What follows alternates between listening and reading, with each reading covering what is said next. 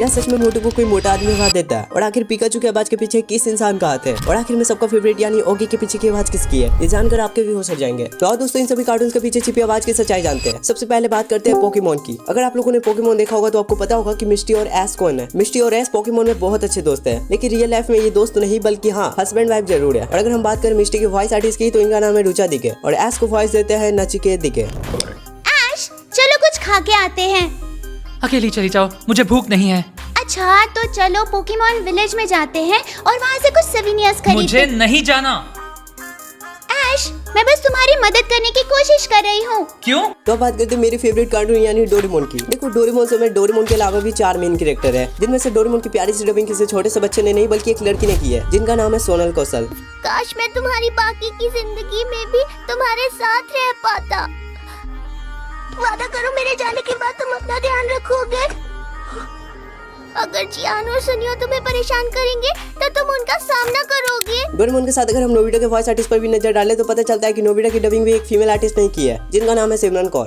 Doraemon, Doraemon क्या तुम मुझे प्लीज गैजेट दे सकते हो? डोरेमोन तो मेरे कितने अच्छे दोस्त हो। अगर तुमने मुझे गैजेट नहीं दिया तो जियान मुझे बहुत मारेगा, सुनियो मेरी बहुत पिटाई करेगा और शिजुका मुझसे बात नहीं करेगी। डोरेमोन प्लीज मुझे गैजेट दो ना। अगर तुम मुझे गैजेट नहीं दोगे तो मैं रोऊंगा। वैसे इनकी डबिंग और नोबिता की एक्टिंग को देखकर लगता नहीं है कि ये एक लड़की की आवाज है। वैसे ये बात भी सच है, डोरेमोन शो में नोबिता के सबसे अच्छी दोस्त यानी शिजुका को एक आंटी डब करती है, जिनका नाम है पारुल भटनागर। नोबिता, मेरे घर जरूर आना, मैं तुम्हारे लिए केक बना कर रखूंगी नोबिता।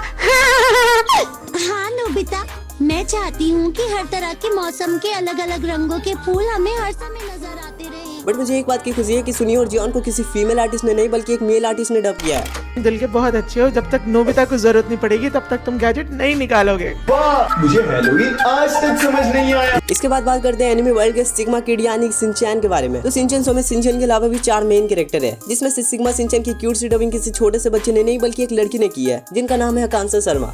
शायद अगर आप मेरी आवाज सुनो तो आपको कंफर्मेशन मिल जाए। अरे वाह, इतना बड़ा वर्ड तो मैंने आज पहली बार बोला। पता है मेरा नाम है शिनचैन नोहारा, मेरी उम्र है 5 साल और मेरी मॉम डिस्काउंट में बहुत ज्यादा शॉपिंग करती है। कहीं वो प्याज के साथ भरवा बैंगन मुफ्त लाई। शिनचैन के साथ अगर हम मसाओ और तेजामा के वॉइस आर्टिस्ट के बारे में बात करें तो इन्हें भी एक आंटी डब करती है, जिनका नाम है पारुल भटनागर। वो दरअसल कल मैं कासुकादे माउंटेन गया था, वहाँ मैंने बड़ा सा कीड़ा पकड़ा था। कल सुबह पोचर ने मुझसे कहा जहाँ बड़े चूहे रहते हैं वहाँ पर ये कीड़ा मिलता। डबल चंक नहीं बुद्धू, डबल अंक जैसे 11, 22, 33, 44, 55 वगैरह वगैरह। नंबर 1 से 100 तक के कार्ड जमा कर लेने से एक्शन कमेंट ट्रांसफॉर्मेशन सेट मिलता है। और इतना ही नहीं, अगर हम शिनचैन शो के सबसे शांत बच्चे यानी बोचिन की बात करें तो इसे भी एक फीमेल आर्टिस्ट ने ही डब करा है, जिनका नाम है आकांक्षा शर्मा। मसाओ तुम रो मत, मेरे पास एक बहुत अच्छा प्लान है। सब मुझ पर छोड़ दो, मैं उन बुरे लड़कों से तुम्हारा बड़ा कीड़ा वापस लेकर आऊंगा। और अगर हम शिनचैन शो के सबसे डरावनी लड़की यानी नैनी के वॉइस आर्टिस्ट के बारे में बात करें तो इनका नाम है सोनल कौशल। अरे ये क्या, अब ये बुक स्टोर में क्यों चले गए? मुझे तो लगता है ये सिटी गाइड ढूंढ रहे हैं ताकि जब ये घूमने जाए तो इन्हें परेशानी ना हो। तो अब बात करते हैं बच्चों के सुपर हीरो यानी कि शिवा के बारे में। देखो शिवा एक पॉपुलर एनिमेटेड सीरीज का मेन कैरेक्टर है। ये शो एक ब्रेव लड़के के बारे में है जो अपने फ्रेंड के साथ मिलकर अपनी सिटी को विलेन और क्रिमिनल से बचाता है। शिवा की सुपर फास्ट साइकिल और गैजेट उसके मिशन में उसकी बहुत हेल्प करते हैं। और अगर हम बात करें इस ब्रेव लड़के के वॉइस आर्टिस्ट की तो इनका नाम है मिडे खान। अंकल, आप इतने इंटेलिजेंट इंसान हो, एक कार जल गई तो क्या, दूसरी बना लेते।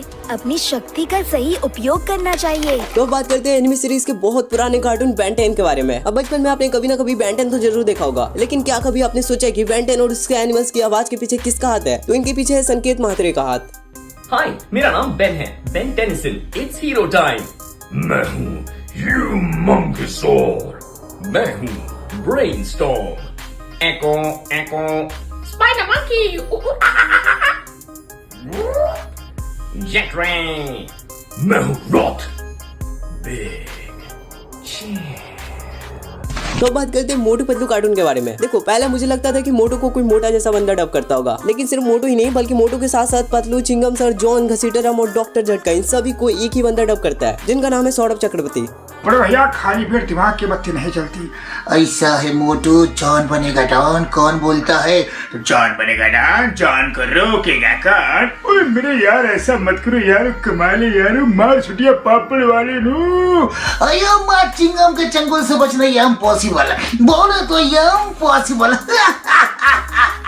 उड़ी बाबा, हम अपना 20 साल का तजुर्बा में ऐसा एंकर कभी नहीं देखा। अब सारी बात छोड़कर मेरी फेवरेट ओगी के बारे में बात करते हैं। देखो, जब मैंने ओगी द कॉकरोच कार्टून को पहली बार देखा था तो मुझे लगा था कि ओगी की डबिंग एसआरके और जैक की डबिंग सनी देओल सर करते हैं। लेकिन ये बात सच है कि सबसे पहले एपिसोड में ओगी की डबिंग के लिए एसआरके सर को ही कहा गया था, क्योंकि उस टाइम पर बहुत सी कार्टून मूवी लॉन्च की गई थी जिनकी डबिंग भी कुछ सेलिब्रिटी से कर रहे थे। लेकिन एसआरके सर की फीस एक्सपेंसिव होने की वजह से एक ऐसे डबिंग आर्टिस्ट को ढूंढा गया जो सारे सेलिब्रिटीज की आवाज निकाल पाए, और तब हमें मिले संजय केनी सर। ये वही आदमी है जो सारे कैरेक्टर्स की आवाज खुद ही डब करते हैं। मेरी पूछ को क्या हुआ? ए शार्क, छोड़ दे मेरी पूछ को, मेरे भाई को छोड़ दे, वरना तुझे कहीं का नहीं छोड़ूंगा।